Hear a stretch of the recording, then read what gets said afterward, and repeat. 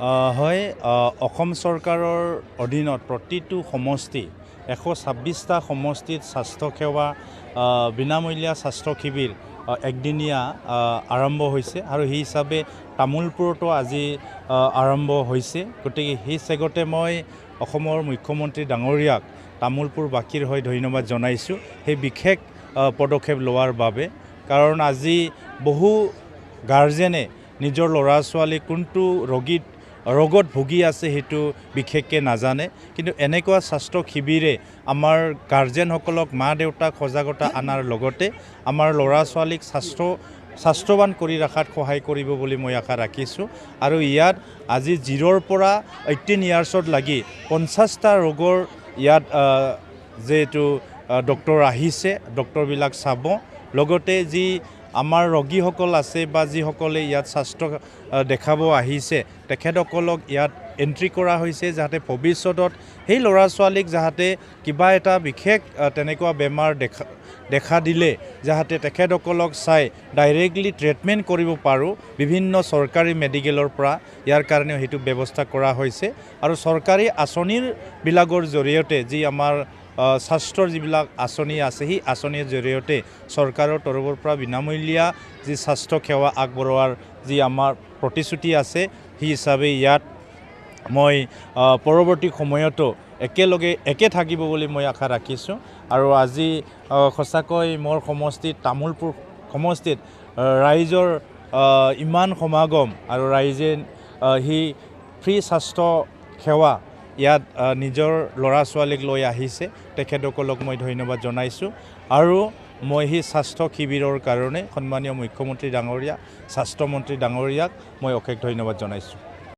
বাক্সা আৰু তামোলপুৰ জিলাৰ যুটীয়া স্বাস্থ্য সঞ্চালক হিচাপে কাম কৰি আছোঁ।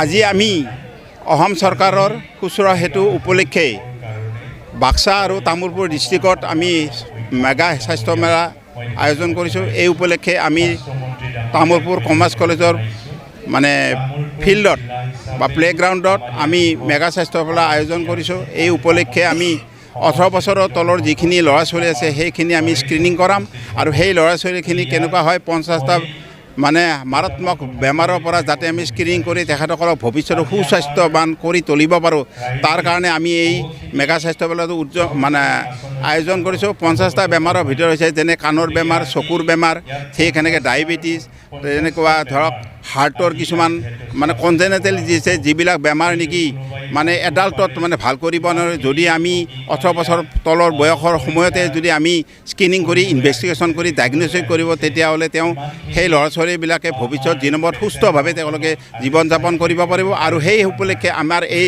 স্বাস্থ্য মেলাত এই বেমাৰকেইটা স্ক্ৰিনিং কৰি আমি ইয়াত বিনামূলীয়াভাৱে ট্ৰিটমেণ্ট কৰি আমি চিকিৎসা কৰিম। আৰু যিখিনি আমি বেমাৰীক আমি ৰেফাৰ কৰিব লাগিব সেইখিনি ৰেফাৰ আমি ক'ত কৰিম, অসমৰ ভিতৰত থকা মেডিকেল কলেজলৈ ৰেফাৰ কৰিম।